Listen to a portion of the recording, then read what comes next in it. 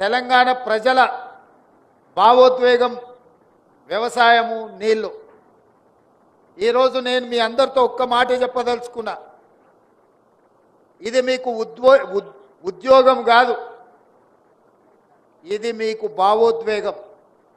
ఈ ఉద్యోగం కావాలంటే మీకు ఎక్కడైనా దొరుకుతుంది. మీరు చదువుకున్న బ్యాక్గ్రౌండ్కి, మీరు చేసిన ఇంజనీరింగ్ పట్టాతో ఇంకో శాఖలో కూడా మీకు ఉద్యోగం రావచ్చు.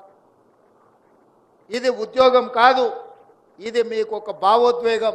ఎందుకంటే తెలంగాణ ప్రజల 4 కోట్ల ప్రజల యొక్క భావోద్వేగం నీళ్లతో ముడిపడి ఉన్నది. ఆ నీళ్లను ఒడిసిపట్టి తెలంగాణ ప్రజలకు అందించవలసిన బాధ్యత, గురుతరమైన బాధ్యత మీ మీద ఉన్నది. అందుకే ఈ భావోద్వేగాన్ని మీరు మనసు పెట్టి నిర్వర్తించాల్సిన అవసరం ఉన్నది. ఈరోజు అసిస్టెంట్ ఎగ్జిక్యూటివ్ ఇంజనీర్స్గా